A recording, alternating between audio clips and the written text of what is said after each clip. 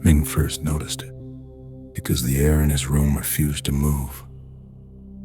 The oil lamp flickered, yet the smoke rose straight up, thin and stubborn, as if the night itself was holding its breath. Somewhere beyond the paper walls, a bell rang once. Too early for dawn, too late for evening, Ming felt a pressure at the base of his skull. The kind that made him swallow for no reason, as if his body was preparing to lose something it could not name.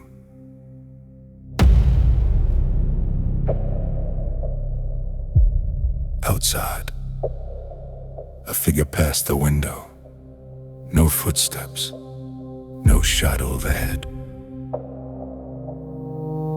Ming had never imagined desperation could be so quiet. Once, his family owned land near the river. Once, his father's voice filled the house like warm steam from rice. Then came the floods, the deaths, and the long winter, where hunger turned even memories into something sharp. When his parents died, there was no ceremony grand enough to soften the sound of soil hitting wood. Ming sold what remained, until only his own reflection was left to bargain with. The magistrate's office posted a notice one morning. A reward for laborers willing to assist with burial preparations beyond the city walls. No names, no questions. Ming waited twice. He told himself it was honest work. He told himself that dead men no longer needed dignity the way the living needed food.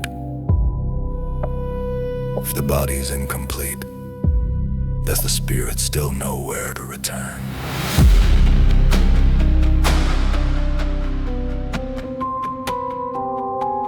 The work was done at night. They brought the bodies in carts, wrapped in cloth darkened by old stains. There were rules.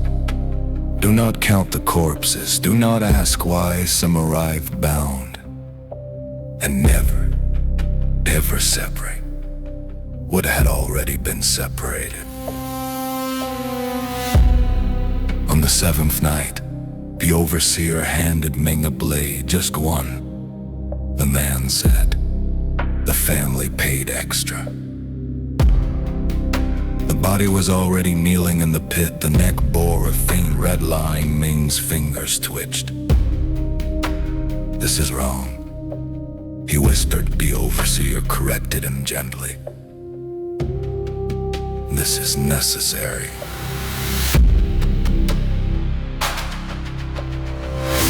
The blade fell. The head rolled into the dirt, its eyes half open, trying to remember its own name.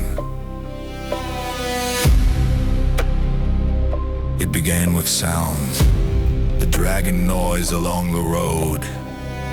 Then the smell, old blood and damp soil, coppery and sweet. When he looked out the window, he saw it. A man stood beneath the tree, burial white clothes where his head should have been. It was only darkness in one hand. He carried something round and heavy, wrapped in cloth that dripped steadily onto the ground.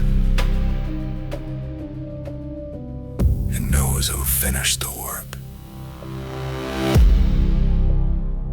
Ming stopped sleeping his reflection, and water looked wrong.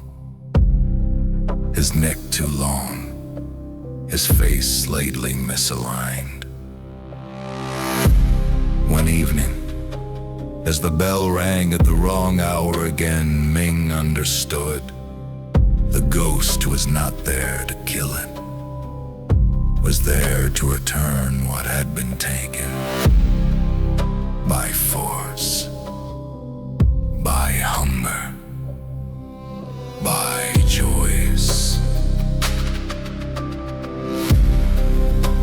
The last thing Ming felt was a gentle pressure at his shoulders, guiding him to kneel. The earth was cool. The air finally began to move.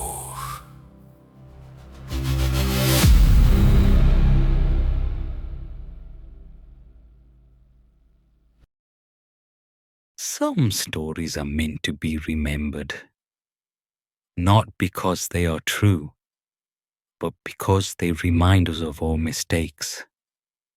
Every curse has an origin, and every origin begins with a human choice. This has been Cursed Origins.